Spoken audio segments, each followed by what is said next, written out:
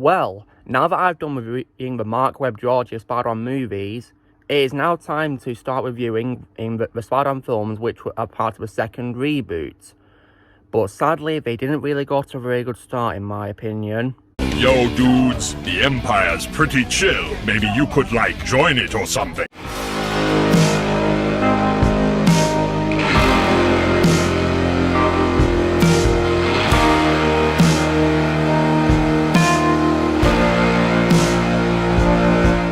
Hey everyone, Lucamus Prime here, so it is time for another review in my Spider-Man and film review series. And today guys, I'm going to be reviewing what is the second Spider-Man movie reboot after, of course, 2012's The Amazing Spider-Man. And this movie guys is going to be for Spider-Man's debut in the MCU because as part of Spider-Man's reboot, he was introduced, of course, in the MCU, making his debut in Captain America Civil War as a sporting character. After that, he finally got his own movie the following year. And this movie, guys, would have to be, of course, none other than 2017's Spider-Man Homecoming. So, now, I'm going to be honest, guys, and say that, this is unfortunately a film which I've grown to not really like the more and more I rewatch it. I mean, it's still, decent, I guess, really. There is some good things about it, but sadly, the more and more I rewatch it, I've noticed many more problems with it. And I now, unfortunately, regard it as my second least favorite Spider-Man film of all time. But I don't think it's the worst one by any means, because that always, to me, will be The Amazing Spider-Man 2. One which, of course, caused Andrew Garfield's Spider-Man sequel to be cancelled in favour of getting rebooted for this, so yeah. So, now, when it comes to what I originally thought of this, well, it, of course, got released on July the 7th in the United States as part of Phase 3 of the Marvel Cinematic Universe. And it grossed over $880 million worldwide, and it became the second most successful Spider-Man movie and one of the highest grossing films of the year. It received praise for its light tone, its focus on Peter Parker's high school life, and performances, particularly of Tom Holland and Michael Keaton, so yeah. Now, when it comes to my initial reaction, guys, I remember pretty well that it was really hard to find some time to watch this because at the cinema, all the tickets were booked, and there was many times when there was no available seats in the cinema, sadly, so yeah. It took me a couple of days to actually get a chance to watch a movie at the cinema, and when I watched it, I did enjoy it, guys. I enjoyed it. I thought it was, pretty good, but when it comes to rewatches, I rewatched this film on Netflix when preparing for Spider-Man Far From Home, the sequel, and also as well when I preparing for Spider-Man No Way Home. And unfortunately, I've noticed problems with it, and yeah, so yeah, I no longer regard it as being one of my favourites. I regard it as one of my least favourite Spider-Man movies of all time. So, what's this movie about anyway? So, a young Peter Parker / Spider-Man, now played by Tom Holland, who made his debut in Captain America Civil War, begins to navigate his newfound identity as the web-slinging superhero, Spider-Man. Thrilled by his experience with the Avengers, Peter returns home where he lives with his Aunt May, now played by Marissa Tomei, under the watchful eye of his new mentor, Tony Stark, who is of course played by Robert Downey Jr., reprising his role from previous MCU movies. Peter tries to fall back into his normal daily routine, distracted by thoughts of proving himself to be more than just your friendly neighborhood Spider-Man. But when the Vulture, played by Michael Keaton, emerges as a new villain, everything that Peter holds most important will be threatened. So what's good about this movie, guys? So I think this movie does have some good actors in this who play the roles really well. So when it comes to Tom Holland as Spider-Man, I think he does a very good job in the role, in my opinion. He really does. He definitely looks and sounds the part of Spider-Man, in my opinion. But I think he doesn't have a very good direction to when he plays in the MCU, sadly. So I mostly prefer him as a supporting character in Captain America Civil War and Avengers Infinity War and Endgame. And also when it comes to standalone films, No Way Home the most. So yeah, that's my opinion. But he's a very good actor, Tom Holland. But yeah, I think he gives his best performance in films like, The Devil All the Time and Cherry, and there's other things he's been great in, but yeah. I think he is good as Spider-Man, though, with the direction that he's given. He does a very, very good job, and because he's a great actor. And when it comes to the supporting cast, I love the addition of Jacob Batalon as Ned, who is, of course, Peter's best friend at high school. He's a very good sidekick, and he's pretty fun to watch, in my opinion, pretty entertaining, and yeah. I really like Ned in this movie as a very good sidekick to Peter. it's also really cool that he and Peter are Star Wars fans as well, which is pretty cool because they're building a Death Star. And I also as well love the addition of Jon Favreau reprising his role from previous MCU films as Happy Hogan, who is Peter Parker's carer. So yeah, and he's always got it as Happy Hogan, my favourite live action role of Jon Favreau, guys. He's also one of my favourite directors as well, and he's definitely great in this movie as you know, as looking after Peter. He's really good at this movie in my opinion. Happy Hogan, a great addition to a movie. So yeah. And I also as well, when it comes to the supporting cast as well, liked I did also like Laura Harrier as Liz, who is Peter Parker's love interest in this movie. She's a very good character in my opinion, guys. Played very well by Laura Harrier. And I also though definitely, of course, loved Robert Downey Jr. reprising his role as Iron Man in this movie. It was definitely great to see him in this. And even though he appears in this movie in a pretty important role in the story, he thankfully doesn't steal a spotlight from Spider-Man because he only has about 15 minutes of screen time, which makes sense because this is a Spider-Man movie, guys, so it makes sense. I'm very glad this movie did focus on Spider-Man rather than set up a shared universe like Tarzan 2 did and failed to do miserably, so yeah. And in addition as well, guys, when it comes to other supporting characters, when it comes to, you know, voice work, I did like how Kerry Condon reprised her role as Friday, who is, of course, Tony Stark's AI assistant as well, which is definitely nice to see. And it was also really nice to see Donald Glover appear in a small role as Aaron Davis in a scene, which is pretty cool. I did like that. And, of course, he also mentioned Miles Morales, so it's confirmation that Miles exists in the MCU, so that's pretty cool, isn't it? Because he mentioned he's got a nephew. So, yeah. Donald Glover played him really well, in my opinion, for his one scene in the film where he meets Spider-Man. So, yeah, definitely pretty cool scene, I guess. And in addition as well, we also got Martin Starr appearing as Mr. Harrington, who is a teacher at Peter Parker's high school, and he actually reprises his role as a previously unnamed role from the Incredible Hulk movie. So it's pretty good how this movie has a connection to Incredible Hulk. I do like that, which is pretty good. And in addition, as well, other good things besides those actors I mentioned. Now, when it comes to a villain, guys, this is probably, in my opinion, you know, one of my favourite thing about this movie, guys, which is definitely, of course, the Vulture, who is played by Michael Keaton. Like, Vulture was definitely an excellent villain, in my opinion, guys. Played so well by Michael Keaton. And yeah, and what I love about him is that Adrian Toomes is a very interesting character, guys, who has a very fleshed out personality. And he's also very sympathetic and also relatable because he's an honest worker and a family man who was driven out of business and he was forced to become a criminal to provide for his family. So, yeah. And he's still dangerous and menacing at the same time, despite being someone who wants to look after his family. So, yeah. And when it comes to his characters in this movie, guys, he was definitely very compelling. And it's kind of like, you know, like a dark, you know, parallel to Michael Keaton's performance as Batman. Because Batman is, of course, a superhero performance by him, which was played so well. One of the greatest superhero performances of all time, in my opinion. And yeah. And there's also a very excellent plot twist in this film, guys, involving Vulture, which I'll be talking about now, which is where it's revealed that he's actually Liz's father. That was definitely done really well, in my opinion, a big surprise. I didn't really see that coming when I first saw this, guys. It was definitely a big shock to see that, you know, Peter's love interest, his father happens to be the same person that he's, you know, wanting to stop from committing all these heists. So, yeah. And so, yeah, and in addition as well, when it comes to cameos, there's also some pretty funny cameos by Captain America, guys, with Chris Evans reprising his role from previous MCU movies, where he appears in, like, some special videos for the school, like, for example, a detention video and stuff like that. And they're pretty fun to see, in my opinion. And, yeah, even though I really lost with Chris Evans, guys, I still like him as Cap, I will say that. It was definitely nice to see him make cameos in this movie. And other good things as well is also, the visuals are also good, in my opinion, guys. The MCU overall has great visuals and very impressive CGI, and this is definitely no exception, in my opinion. And so, yeah, the visuals and CGI were really good, and I also as well definitely like the music composed by Michael Giacchino, and I really like as well how he did an orchestral composing of the original 1960s Spider-Man theme. That was definitely very good, in my opinion, very well composed. Definitely very nice and gives you a bit of nostalgia if you grew up with a 60s show. Absolutely. And also as well, there's also some pretty nice songs in the movie, such as a Blitzkrieg Bop, which is definitely a pretty nice song, definitely. And so yeah, Michael J. was great with music, and the songs were very nice as well.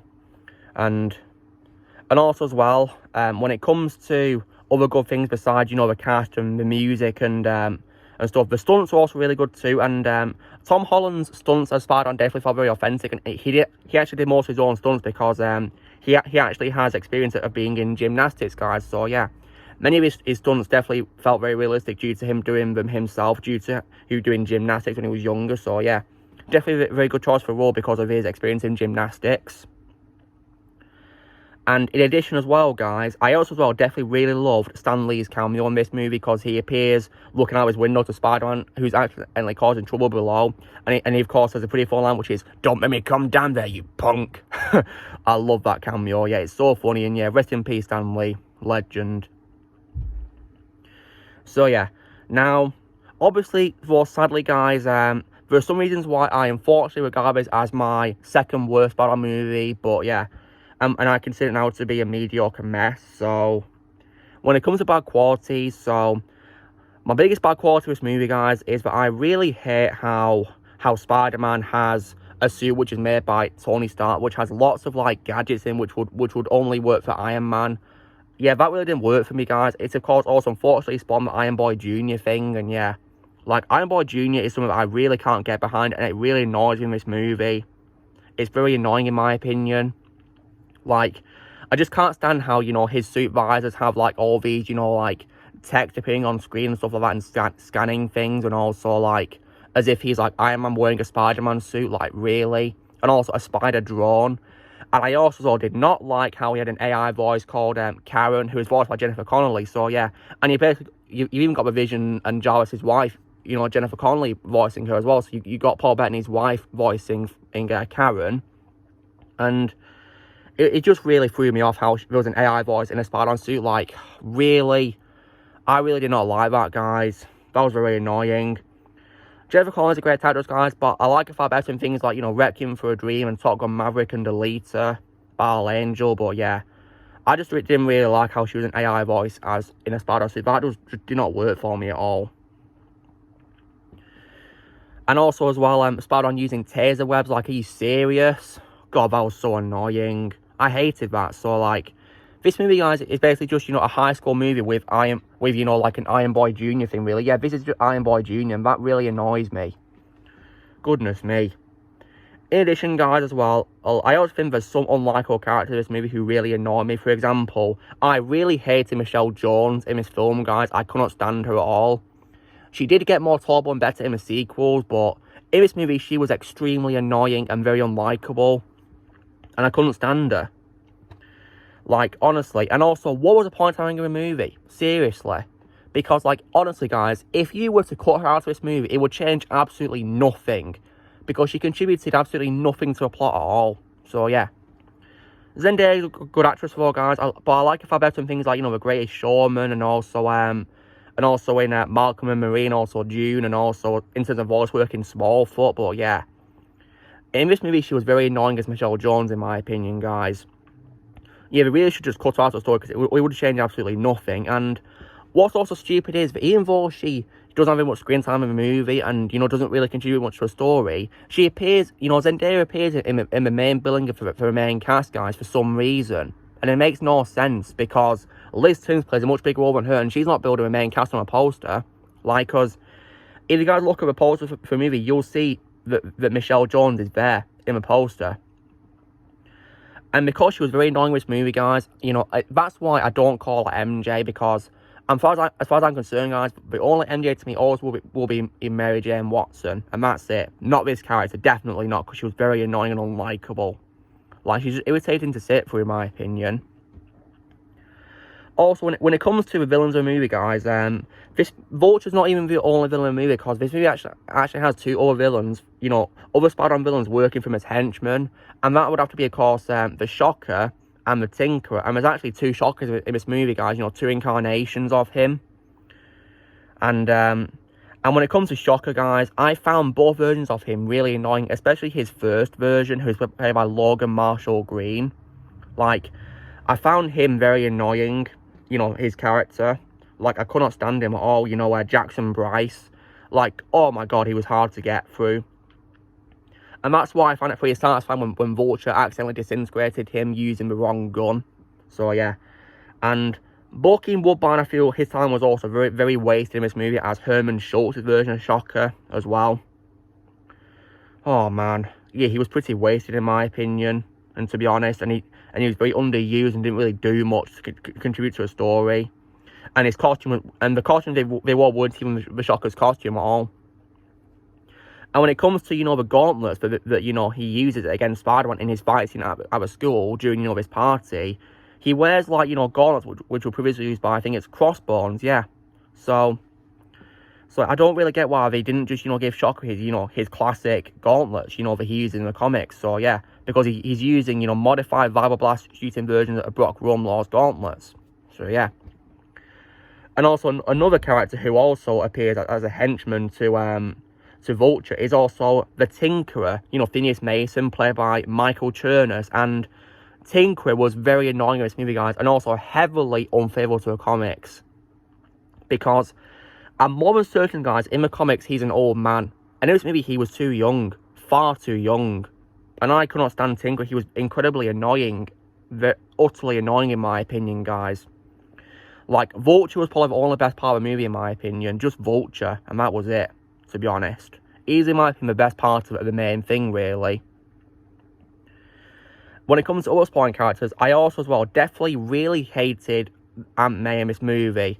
Because, yeah, like... Because for those you don't know, guys, I absolutely hate Aunt May in the MCU apart from No Way Home. Because, yeah, like, I really hate how they went with the Ultimate Comics by making her far too young. Like, I'd rather have her be the old lady she is from the original comics and also from, you know, the previous Spider-Man adaptations. So, yeah. Like, and also, she was very annoying in the movie, guys. I couldn't stand her in this movie. I like Mr. Tommy better than other things, but I don't like her in this, I'm afraid. And don't you dare get me started on those Aunt Bay memes. Oh, God, they annoy me.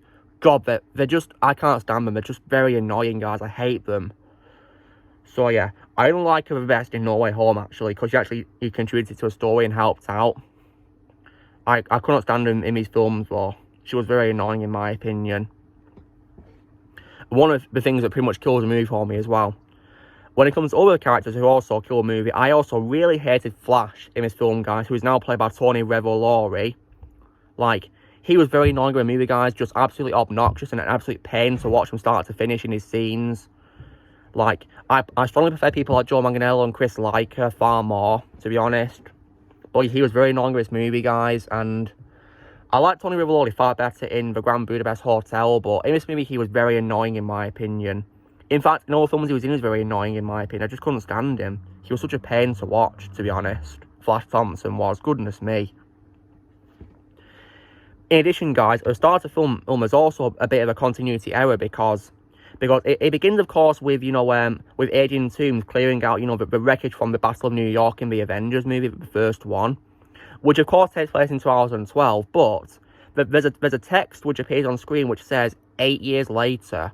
So that's a huge mistake because this movie takes place, of course, after Captain America Civil War ended, of course, which took place in 2016. So this timescale should be 4 years, not 8. And it was confirmed, of course, by the director of Infinity War that this was a typo. So yeah, big mistake, rather. They should have fixed it in post-production, but they didn't, sadly. The movie also completely ignores Uncle Ben as well, which is disappointing because his importance to the story is definitely a core part of Peter's character, and sadly wasn't there in this movie, sadly, which was a shame.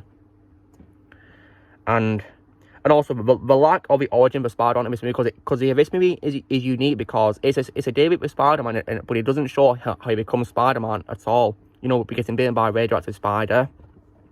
So the fact they didn't include this can be confusing to new viewers who aren't familiar with Spider-Man, sadly, but thankfully, because I've grown up with Spider-Man as a kid, I knew his origin story very well, so I thankfully, you know, didn't have much upon this when I first saw this, thankfully, but yeah, those of you who may not know who Spider-Man is may be very confused by this, sadly.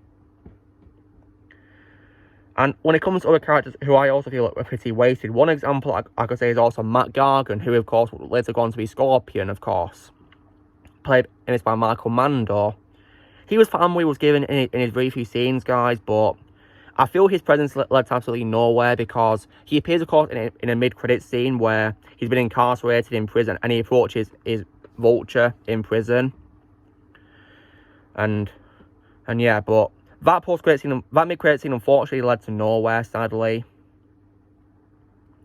And he says that he's heard that Vulture knows Spider-Man's identity, but Vulture denies this. And that scene led absolutely nowhere, because they didn't appear in the other MCU movies, but Michael Keaton as Vulture did kind of have an afterlife. So yeah, looking at you, Morbius. So yeah. And Michael Mando, I do like better, guys, because my favourite role of Michael Mando would have to be Vast in Far Cry 3, and also Nat joined Better Call Saul. But yeah, I feel like in this film he was very underused, and his time was pretty wasted, sadly. Big shame. And there's also one line in this film, guys, I absolutely hate, which is, in my opinion, the worst line of the movie, which is, because after Peter nearly hurts lots of people in the boat scene because he can't save it, and Iron Man had to step in to help him, you know, Iron Man tells him that he's going to take away the suit permanently because he wasn't responsible and people nearly died. And what Peter says really angered me, which is where he says he's nothing without the suit. Yeah, that was really annoying to hear, guys. I couldn't believe it.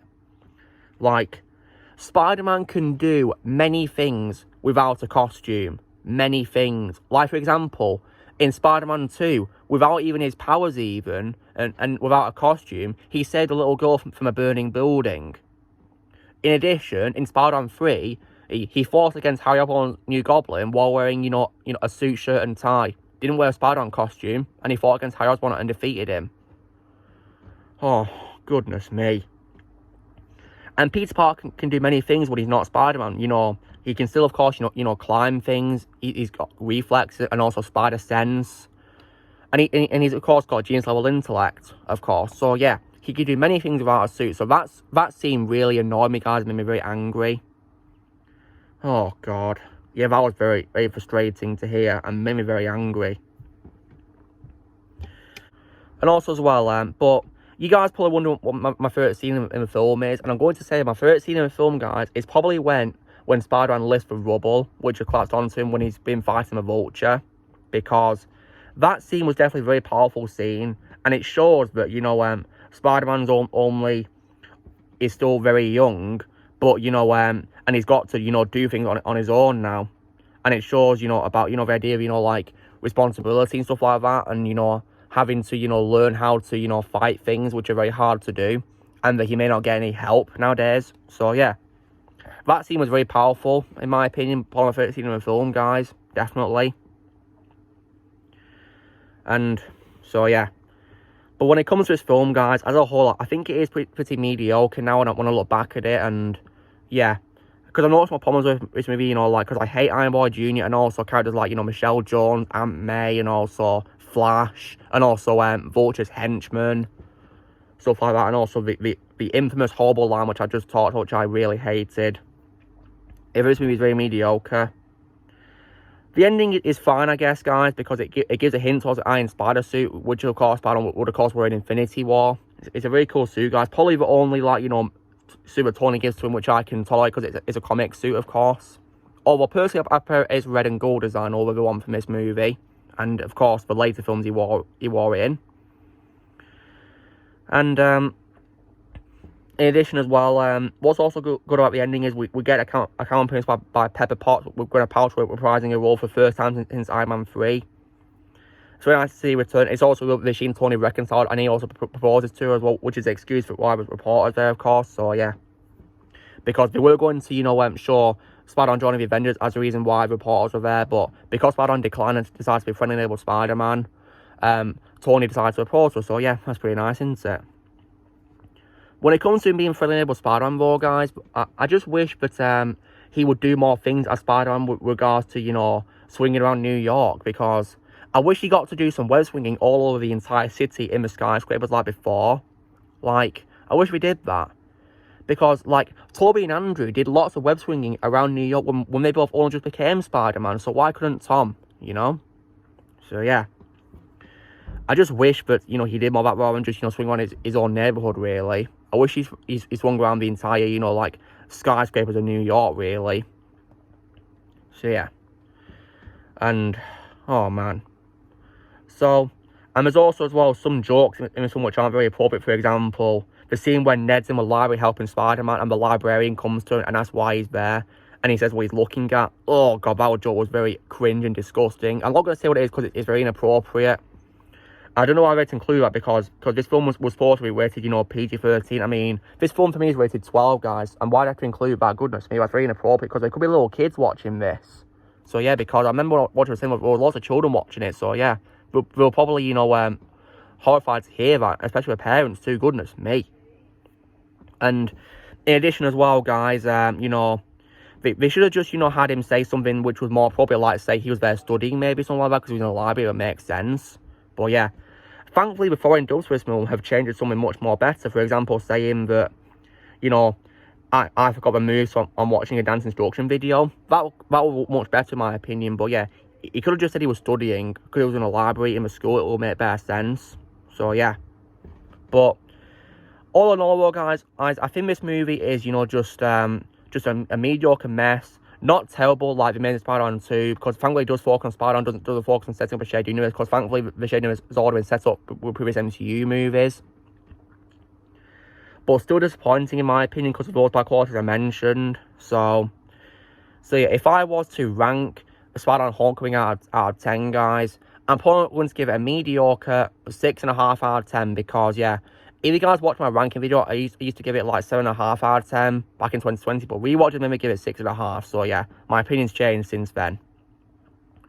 So, but thankfully, my next review is going to be a lot more positive because I'll be reviewing a Spider-Man movie that's animated. Can't wait for that. So yeah, so you know, so guys, I was just reviewing Spider-Man Homecoming. So you know, drill guys, be sure to give this video a like. Also, be sure to comment what you guys think of Spider-Man Homecoming. If you've seen some of your thoughts on it, let's see your thoughts are on it. Also, be sure to join the team by pressing subscribe and more videos coming in the future. If you like to be a member, you can just want to be peace out to all description, and with great power comes great responsibility.